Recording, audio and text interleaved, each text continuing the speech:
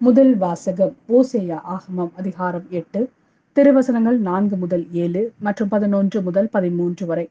அவர்கள் தாங்களே அரசர்களை ஏற்படுத்திக் கொண்டார்கள்.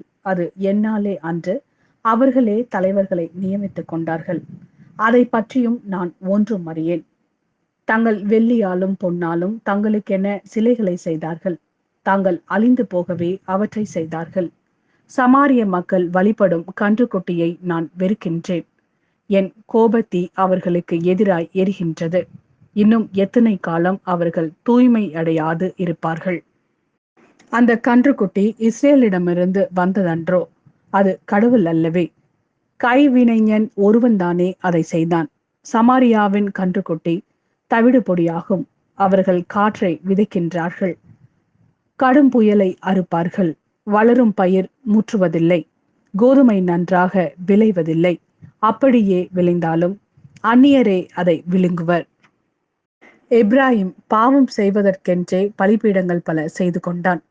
அப்பீடங்களே அவன் பாவம் செய்வதற்கு காரணமாயின. ஆயிரக்கணக்கில் நான் திருச்சட்டங்களை எழுதி கொடுத்தாலும் அவை நமக்கில்லை என்றே அவர்கள் கருதுவார்கள். பலியை அவர்கள் விரும்புகின்றார்கள். பலி கொடுத்து அந்த இறைச்சியையும் உண்ணுகிறார்கள். அவற்றின் மேல் ஆண்டவர் விருப்பம் கொள்ளவில்லை. அதற்கு மாறாக அவர்கள் தீ செயல்களை நினைவில் கொள்கின்றார். அவர்கள் செய்த பாவங்களுக்கு தண்டனை வழங்குவார். அவர்களோ எகிப்து நாட்டிற்கு திரும்புவார்கள். இது ஆண்டவரின் அருள்வாக்கு. இறைவா, உமக்கு நன்றி. மத்தேயு எழுதிய நற்செய்தி அதிகாரம் 9 திருவசனங்கள் 32 முதல் 38 வரை. அவர்கள் சென்ற பின் பேய் பிடித்து பேச்சிழந்த ஒருவரை சிலர் அவரிடம் கொண்டு வந்தனர். பேயை அவர் ஓட்டியதும் பேச இயலாத அவர் பேசினார். மக்கள் கூட்டத்தினர் வியப்புற்று, இஸ்ரேலில் இப்படி ஒருபோதும் கண்டதில்லை என்றனர். ஆனால் பரிசேயர், இவன் பேய்களின் தலைவனை கொண்டு பேய்களை ஓட்டுகிறான் என்றனர். இயேசு நகர்கள் சிற்றூர்கள் எல்லாம் சுற்றி வந்தார்.